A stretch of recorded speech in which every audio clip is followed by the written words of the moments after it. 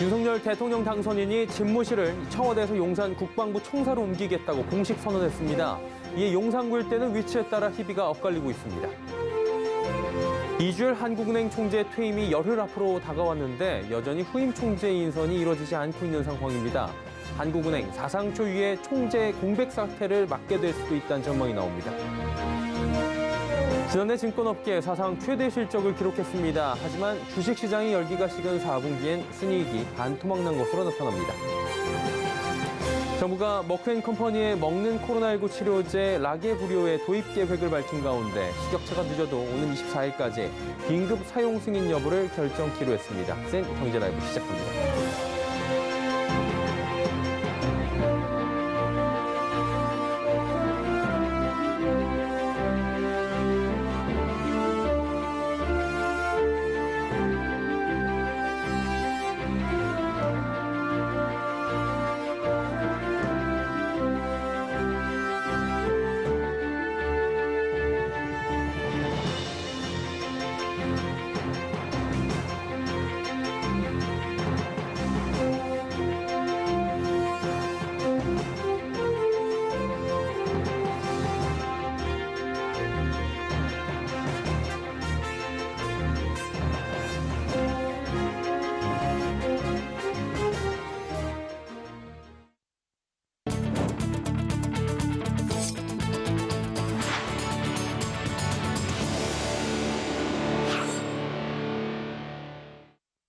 시청자 여러분 안녕하십니까? 센 경제라이브 서정덕입니다. 윤석열 당선인이 용산 집무실 시대를 열겠다고 공식 선언했습니다. 서울 부동산 시장에도 후폭풍이 예상되는데요. 서청석 기자가 알아봤습니다. 윤석열 대통령 당선인이 새로운 대통령 집무실을 청와대에서 용산 국방부 청사로 옮기는 안을 직접 설명했습니다. 윤 당선인이 대통령 집무실 이동을 공식화하면서 용산구 일대는 위치에 따라 희비가 엇갈렸습니다. 집무실이 이동해올 국방부 청사 근처 지역은 개발 규제가 불가피합니다. 한강로 일가와 용산대로길을 중심으로 재건축을 추진 중인 단지들은 집무실 예정지와 200m 이내에 자리하고 있어 층고 제한이나 건물 배치 등 규제 가능성이 크기 때문입니다. 개발하는 데는 긍정적이라고 미치기는 조금 어려울 것 같기는 해요. 왜냐하면은 고도 제한 외적으로도 뭐 집무실이 들어오는 인근 쪽에 어떤 건축물이 들어온다라면 그거에 대한 그 심의라든지 뭐 이런 부분에 대해서는 좀 강화가 될 수 있기 때문에. 반면 아파트 단지가 밀집해 있는 동부 이촌동과 노후 아파트나 단독주택이 밀집한 이태원동, 일부 한남동 등은 재건축이 활기를 띠게 될 것으로 기대됩니다. 외국 공간원들이 일대로 몰려들 경우 고급 주택 수요가 그만큼 늘어날 수 있기 때문입니다. 집무실이 빠져나가는 광화문 일대 지역은 수혜가 예상됩니다. 현재 청와대 인근의 서촌과 북촌 일대, 청운 효자동, 부암동 등은 모두 보안 문제 등을 이유로 고도 제한 등 각종 규제를 받아오고 있었는데 이런 규제가 해지될 수 있다는 기대감이 커진 겁니다.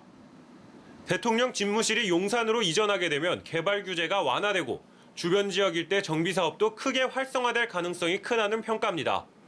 또 정치적인 집회 등으로 겪었던 각종 공해 등 생활 불편이 사라질 수 있다는 기대감도 작용 중입니다. 다만 이들 지역 대부분이 경복궁 등 문화재, 한옥마을, 북악산 등을 끼고 있어 개발 규제 완화가 제한적으로 이뤄질 수밖에 없을 것이라는 분석도 나오고 있습니다. 서울경제TV 서청석입니다. 이주열 한국은행 총재가 이달 말에 임기가 끝나게 되죠. 지금까지 후임 총재 인선이 이뤄지지 않으며 한국은행은 사상 초유의 총재 공백 사태를 맞게 될 공산이 커지고 있는 건데요. 윤다혜 기자가 전해드립니다. 이주열 한국은행 총재의 퇴임이 열흘 앞으로 다가왔지만 여전히 후임자 내정 소식은 들리지 않고 있습니다. 당초 현 정부에서 대통령 당선인 측 의견을 반영해 새 총재를 지명할 것으로 예상돼 왔으나 양측의 인사권 협의가 원만하지 않은 것으로 알려졌습니다. 이 총재 임기는 이달 31일까지로 다음 달 1일부터 후임 총재가 바통을 곧바로 이어받기 위해서는 늦어도 이달 중순 후임 총재가 내정됐어야 합니다. 통상 후보를 지명한 뒤 국회 인사청문회를 거치는데 약 20일이 소요되기 때문에 현실적으로 다음 달부터 후임 총재가 출근하는 것은 어렵다는 전망이 지배적입니다. 신임 총재 후보로는 이명박 정부 출범 당시 인수위원과 금융위원회 부위원장을 잇따라 맡았던 이창용 국제통화기금 아시아태평양 담당 국장이 유력하게 거론되고 있습니다.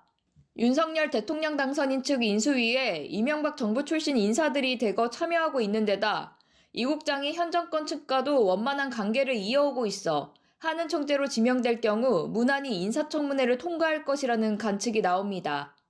금융권에선 한은에서 기준금리를 결정하는 금융통화위원회 회의에 후임 총재가 참석할지가 관심이 집중되고 있습니다. 다음 달 14일 금통위 회의가 열릴 때까지 한은 총재가 공석일 경우 주상현 금통위원이 주재하게 됩니다. 기준금리 인상 여부를 결정할 중요 회의가 총재 없이 진행되는 겁니다. 총재 부재 속에 개최될 가능성이 높아지면서 물가 안정을 최우선으로 하는 한은의 통화 정책에도 차질이 빚어질 수 있다는 우려가 나옵니다. 서울경제TV 윤다입니다. 지난해 증권업계가 사상 최대 실적을 기록했지만 4분기 순이익은 반토막난 것으로 나타납니다. 오늘 금융감독원에 따르면 지난해 58개 증권회사의 당기순이익은 2020년 대비 54.2% 늘어난 9조 941억 원으로 잠정 집계됐습니다. 특히 수수료 수익으로 2020년보다 23.2% 증가한 16조 8,048억 원을 챙긴 것으로 나타납니다. 다만 주식시장의 열기가 식은 지난해 4분기엔 당기순이익이 3분기보다 48% 적은 1조 3천억 원으로 내려앉았습니다. 정부가 머크앤컴퍼니의 먹는 코로나19 치료제 라게브리오의 도입 계획을 밝힌 가운데 식품의약품안전처가 늦어도 오는 24일까지 긴급 사용 승인 여부를 결정키로 했습니다. 긴급 사용 승인은 감염병 대유행 등 위기 상황에 적절히 대응하기 위해 국내에 허가되지 않은 의료 제품의 허가를 면제해 한시적으로 판매할 수 있도록 한 제도입니다. 현재 식약처는 코로나19 환자가 폭증함에 따라 팍스로비드나 렘데시비르를 사용하기 어려운 고위험군 환자들을 위한 추가 선택지로서 라게브리오의 긴급 사용 승인 필요성을 검토 중입니다.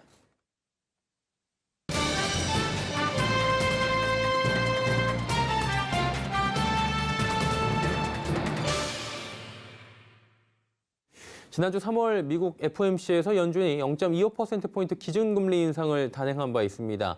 시장 예측을 벗어나지 않았고요. 투자자들은 이에 좀 안도를 하고 있는 분위기였습니다.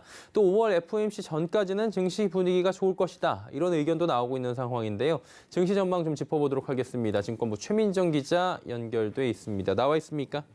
네, 안녕하세요. 예, 지난주 뉴욕 증시가 큰 폭의 상승을 보였는데 국내 증시는 기대에는 좀 못 미치게 잠시 쉬어간 듯한 것 같은데 오늘 증시 흐름 어땠습니까? 네, FOMC의 결정이 시장 예측에 부합했다는 안도감에 지난주 뉴욕 증시뿐 아니라 국내 증시 모두 상승세를 이끌어냈는데요. 뉴욕 증시는 현지 시간 18일 16개월 만에 최대 폭의 주간 상승을 보였습니다. 한 주 동안 다우 지수는 5.5%, S&P 500 지수는 6.1%, 나스닥 지수는 8.2% 각각 상승했는데요. 3대 지수가 모두 지난 2020년 11월 이후 최대 폭의 상승을 기록했습니다. 지난주 뉴욕 증시가 상승세를 이어가며 금일 국내 증시 또한 기대감이 컸는데요. 하지만 기관과 외국인의 매도세에 오늘 국내 증시는 하락세를 보였습니다. 이번 하락의 요인으론 상승에 대한 차익 실현 매물과 미중 간 정상 통화가 아무런 결과 없이 끝나자 국제 정세에 대한 불안함이 작용한 것으로 풀이됩니다. 미국은 러시아 지원 가능성이 높은 중국을 향해 연일 대가를 경고하며 압박을 이어가고 있는 상황인데요. 하지만 중국은 러시아에 대한 지원 여부는 밝히지 않은 채 전쟁과 제재 모두 반대한다고 주장하며 구체적인 결과를 끌어내지 못했기 때문입니다. 그럼에도 불구하고 5월 FOMC 전까지는 증시가 좀 괜찮을 것이다. 이런 의견들이 지금 나오고 있는 걸로 알고 있어요. 예, 증권업계에선 증시를 어떻게 전망합니까? 네, 증권업계에선 5월 FOMC 발표 전까지 증시 전망을 긍정적으로 보고 있습니다.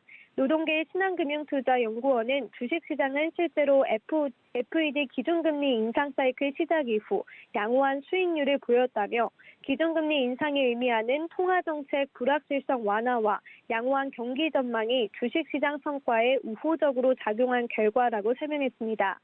문남중 대신증권 연구원 또한 3월 FOMC 이후 미국 증시는 본격적인 반등에 나설 것이라며 내년에 연준 금리 인상기 동안 미국 증시는 평균적으로 21.9% 상승한 경험이 있다고 설명했습니다.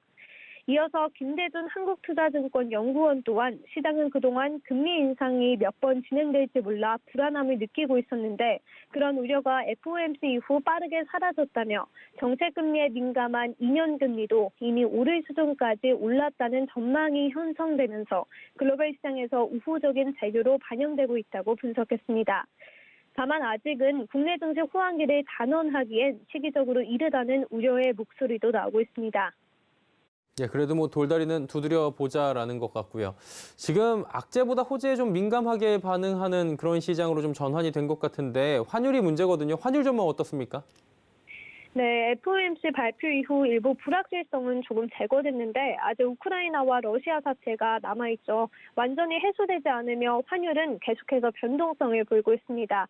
오늘도 원달러 환율은 8.7원 오른 1216.3원의 장을 마감하며 상승세를 보였는데요. 이에 기업들이 수출 대금을 매도하지 않고 보유하고 있는 모습을 보이고 있기도 합니다. 장용택 IBK 투자증권 연구원은 추가적인 금리 인상에 대한 실시 여부와는 별개로 시장의 긴축 스탠스에 대한 불안을 나타내고 있기 때문에 하락 반전이 단기간에 일어나진 않을 것이라며 러시아, 우크라이나 간 협상 진전 기대감이 작용하며 환율이 급등 국면에서 다시 회귀했지만 아직까지 러시아의 침공이 지속되고 있는 만큼 여전히 달러화는 강세 국면을 보일 것이라 전망했습니다. 예, 그리고 원자재 쪽 그리고 물가 상승도 이로 인해서 많이 커지긴 했었는데 현재 상황은 어떻습니까? 네, 국제유가와 원자재 가격이 계속해서 변동성을 보이고 있는 모습입니다. 이에 국제유가가 가격이 계속 오르며 관련주는 상승세를 보이며 마감했는데요. 대표적인 유가 관련주인 중앙에너비스는 8.99%, 홍보석유 4.33%, 대성산업 2.68%, SK이노베이션 3.01% 등이 상승 마감했습니다. 오늘은 우크라이나와 러시아 사태의 장기화 속에 글로벌 곡물 가격 급등이 우려되면서 농업 및 사료 관련주도 급등세를 보였는데요. 이에 한일사료와 현대사료는 상한가로 장을 마쳤습니다. 이외에 미래생명자원 22.36%, 선진 14.95%, 대주산업 12.88% 등이 급등 마감했습니다. SK증권 연구원은 우크라이나 위기 이후 밀, 옥수수, 대두 등 주요 곡물 가격이 급등하면서 인접국들도 식량 안보를 위해 농산물 수출을 통제하고 있다며 우크라이나 위기 외에 기후변화에 따른 이상기후 현상, 재배 면적 제한 등으로 인해 식량 가격은 우상향할 가능성이 높다고 전망하기도 했습니다. 예, 증권부 최민정 기자와 짚어봤습니다. 오늘 말씀 잘 들었습니다. 네, 고맙습니다.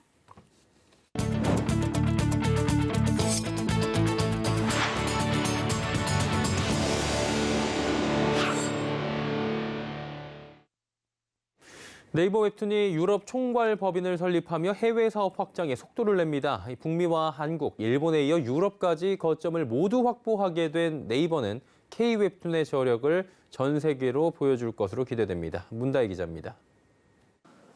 네이버가 유럽 웹툰 시장 1위 굳히기에 나섭니다. 네이버 웹툰은 올해 상반기 프랑스에 유럽 총괄 법인 웹툰 EU를 신설해 유럽 시장 진출을 가속화한다고 밝혔습니다.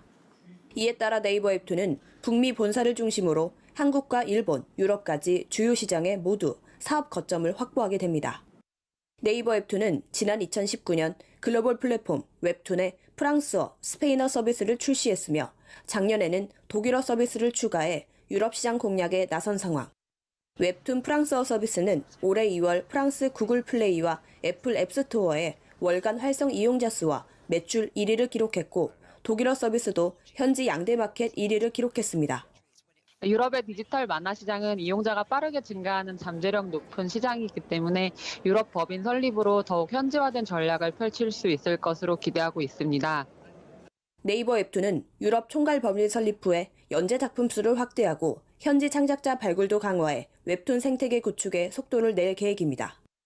올해 프랑스어 플랫폼에 약 200개, 독일어 플랫폼에 100여 개 작품을 추가해 콘텐츠 라인업을 강화하고 현지 작가들의 작품 외에도 한국과 미국, 일본 등 타 글로벌 서비스 지역에서 검증된 작품들을 추가해 장르를 다양화한다는 방침입니다. 여기에 오는 7월 프랑스에서 세 번째 웹툰 공모전을 진행하고 독일에서도 올해 하반기부터 현지 작가 등용문 시스템인 캔버스를 가동해 현지 창작자 발굴을 시작할 계획입니다. 서울경제TV 문다입니다. 최근 글로벌 공급망 차질이 이 기업 경영의 주요 리스크로 떠올랐죠. 우리 중소기업 10곳 중 8곳이 공급망 변화로 인해 부정적 영향을 받고 있는 것으로 나타납니다. 정세미 기자입니다. 중소벤처기업진흥공단은 오늘 중소벤처기업의 글로벌 공급망 변화 대응 동향 조사 결과를 담은 이슈 포커스를 발간했습니다. 이번 조사는 지난 1월 18일부터 25일까지 중소기업 1000개사를 대상으로 이뤄졌습니다. 응답 기업의 79.6%는 공급망 변화로 인해 부정적인 영향을 받고 있다고 응답했습니다. 특히 10곳 중 7곳은 대응 준비 계획이 없는 것으로 나타났습니다. 공급망 변화 대응을 위해 준비가 됐거나 준비 중이라는 답은 18%에 그친 반면 69%는 공급망 대응 관련 준비 계획이 없는 상황입니다. 글로벌 공급망 변화로 가장 큰 영향을 받고 있는 생산 활동 단계는 원자재 수급 단계, 이어 부품 등 중간재 조달 단계와 최종 납품 단계, 그리고 생산 단계 순입니다. 중소기업들은 우선 과제로 공급망 다변화의 정부 지원 필요성을 꼽았습니다. 중소벤처기업 업종별 주요 원자재 수입국과 수입 의존도가 다양해 품목별로 대체 가능한 국가별 조달처 데이터베이스를 구축해야 한다는 겁니다. 이에 중진공은 정책 지원 방안으로 정책 자금과 공급망 다변화, 대응 역량 강화, 대응 기반 구축 등을 제시했습니다. 최근 러시아와 우크라이나 사태 등으로 불확실성이 높아진 상황에서 현장 애로사항 모니터링 등을 확대해 중소기업 공급망 안정화에 적극 나선다는 방침입니다. 서울경제TV 정세미입니다. 아모레퍼시픽의 기능성 화장품 브랜드 라네즈가 몰입형 인터랙티브 전시회를 열었습니다. 이번 전시회에는 회복을 주제로 트렌디한 감각을 곁들여 MZ세대를 공략한 모습인데요. 김수빈 기자가 현장에 다녀왔습니다. 투명한 유리에 손을 올리자 문이 열립니다. 전시 공간에 들어서니 감각적인 빛과 함께 안개가 자욱히 깔립니다. 이곳은 오늘부터 한 달간 성수동 에스펙토리에 열리는 라이프 오아시스 2.0 전시회 현장. 라네즈는 고객에게 감각적 경험을 선사해 긍정적 에너지를 이끌어내고 진정한 회복의 의미를 느끼게 하고자 기획했습니다. 올뉴 리페어, 회복이라는 메시지를 담고 있는데요. 오감을 일깨울 수 있는 회복을 경험할 수 있는 전시를 구성하게 되었습니다. 총 8공간으로 구성된 이번 전시회는 회복의 시작부터 회복의 기억까지 각 공간에 맞는 주제로 꾸며졌습니다. 회복의 주체 공간에서는 앞서 촬영한 본인의 사진을 이용해 진짜 내면의 나를 마주하는 기회를 마련했습니다. 진정한 회복은 나를 받아들일 때 가능하다는 취지입니다. 블루 히알루론산으로 꾸며진 커다란 물결이 요동치기도 합니다. 사람의 움직임에 따라 반응하는 물결을 통해 회복 에너지를 느낄 수 있게 한다는 의도입니다. 가장 동적인 체험이 가능한 회복의 균형방은 관람객이 밸런스를 맞출 때까지 사방으로 움직여 자신의 감각에 집중할 수 있게 합니다. 관람객이 원하는 주제를 선택하면 그에 해당하는 불빛 세레머니를 펼치기도 하고 블루 히알루론산이 담긴 회복 에너지 결정체가 퍼포먼스를 펼치기도 합니다. 아티스트 노보가 참여한 회복의 영감방에서는 일상적 오브제가 주는 회복에 집중한 작품을 감상할 수 있습니다. 여기에 일반 고객들까지 본인만의 회복 아이템으로 디자인에 참여해 제작한 네온 사인까지 더했습니다. 라네즈는 이번 전시회를 통해 회복이라는 주제를 트렌디하게 풀어내고 감각적인 콘텐츠로 꾸며 MZ세대들에게 다양한 뷰티 체험을 선사한다는 계획입니다. 서울경제TV 김수빈입니다. 삼성전자가 CJ제일제당, 삼성카드와 함께 우리집 전자레인지 큐커로 교체 캠페인을 진행합니다. 행사 기간은 오늘부터 4월 30일까지입니다. 이 기간 동안 삼성카드 마이 큐커 플랜에 가입하면 비스포크 큐커를 저렴하게 구매할 수 있습니다. 또 CJ제일제당의 공식몰 CJ 더 마켓에서 사용 가능한 인기 제품 교환권 등 추가 혜택도 주어집니다. 소비자가 원하는 경우 보유 중인 전자레인지를 수거합니다. 삼성전자는 지난 1월 CJ제일제당과 협력을 시작해 총 13종의 메뉴를 비스포크 큐커에 최적화된 레시피로 선보인 바 있습니다. 오는 4월까지 이를 약 30종으로 확대한다는 계획입니다. LG전자가 최근 세계적 권위의 디자인상인 레드닷 디자인 어워즈에서 총 25개의 상을 받았습니다. LG전자는 최고상 3개를 수상했는데요. 트롬 세탁기 오브제 컬렉션과 LG 올레드 TV, 듀얼업 모니터 등 3개 제품이 디자인 부문 최고상을 받았습니다. 이 중 LG 올레드 TV는 처음 출시한 2013년부터 10년 연속 레드닷 디자인 어워드에 이름을 올렸습니다. 올해는 올레드 에보 갤러리 에디션과 올레드 에보 오브제 컬렉션 등 다양한 신제품이 총 4개의 상을 받았습니다. 또 티운과 퓨리케어 에어로타워 등 혁신상 2개를 받았습니다. 이 외에도 무선 스피커 엑스붐 360, 또 다목적 올인원 스크린 원퀵, 울트라 기어 게이밍 노트북 등 20개의 본상을 수상했습니다.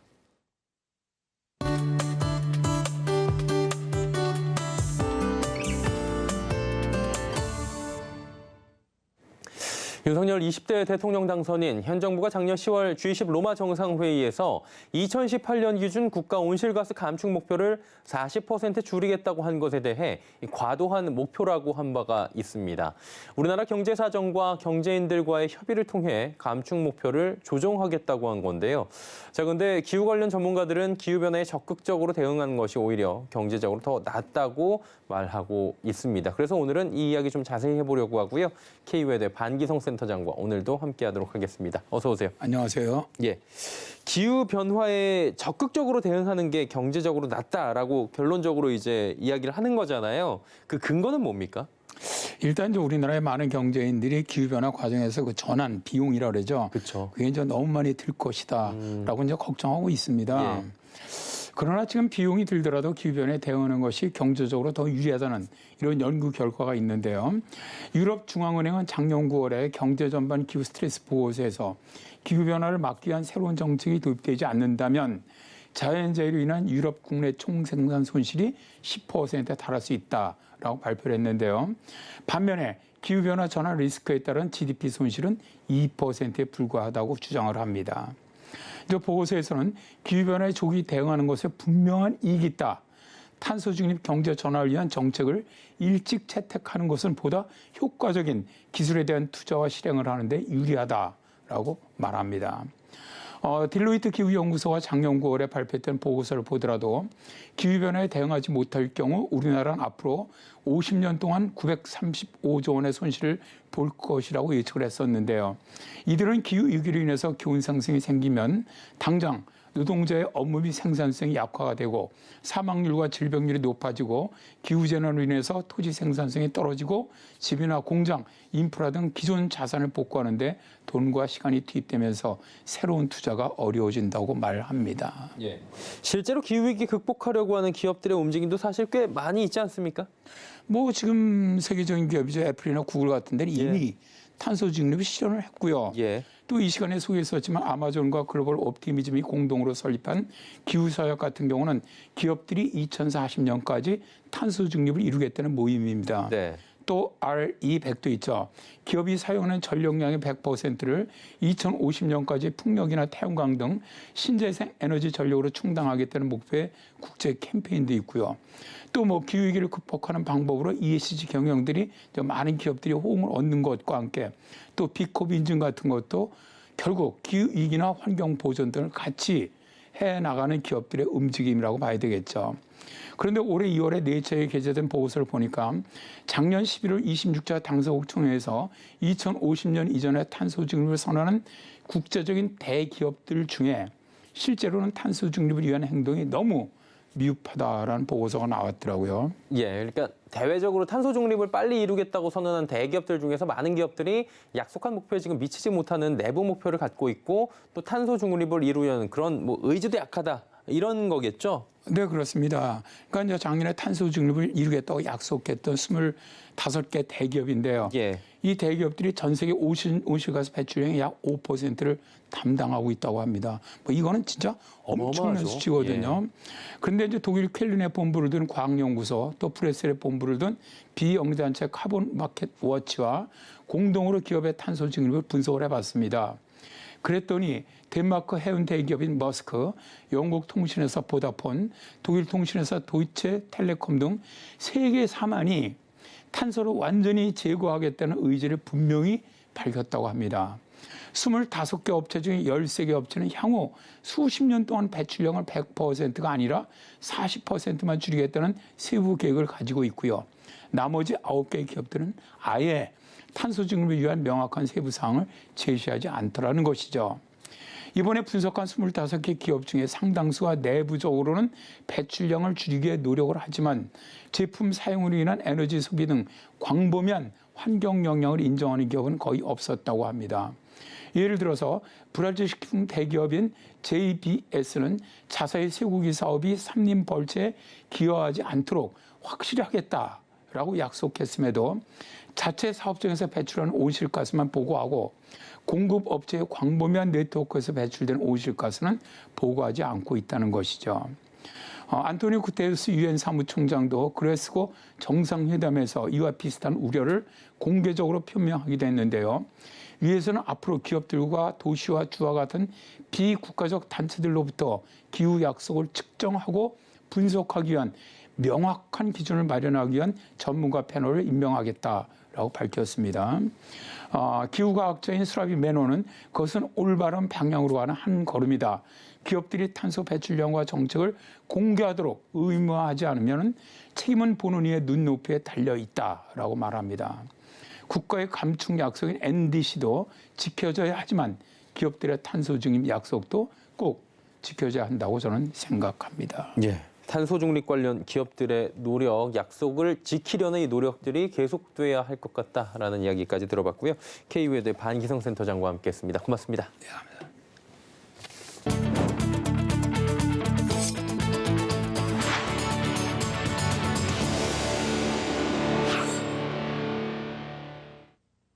생경제라이브 저희가 준비한 소식은 여기까지입니다. 편안한 저녁 시간 보내시길 바랍니다. 고맙습니다.